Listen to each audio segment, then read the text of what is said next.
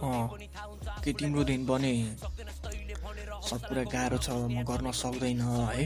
आज चाहिँ मलाई थकाइ लागेको होइन, आज चाहिँ म रेस्ट गर्छु, आज म बिरामी भएँ, आज यता गएँ, यस्तो गरेँ, अनि त्यो कारणले मैले गर्न पाइनँ, पढ्न पाइनँ भनेर रिग्रेट लाग्दैछ भने चाहिँ यो भिडियो हेर क्या है तिमीले।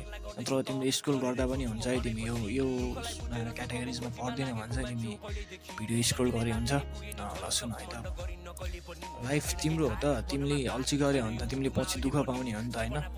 त्यही भएर चाहिँ तिम्रो हातमा लिएर कलम चाहिँ बाबुआमाले राखिदिन सक्छ होइन, अनि त्यो कलमलाई चाहिँ तिम्रो कलमले लेखेको कुरा चाहिँ तिम्रो दिमागमा बाबुआमाले घुसाइदिन सक्दैन क्या।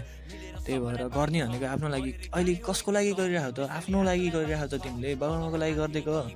बाबुआमाले त आफ्नो गर्छ खान्छ त नि होइन, आफ्नो लागि स्ट्रगल गराएको थियो बाबुआमाले होइन।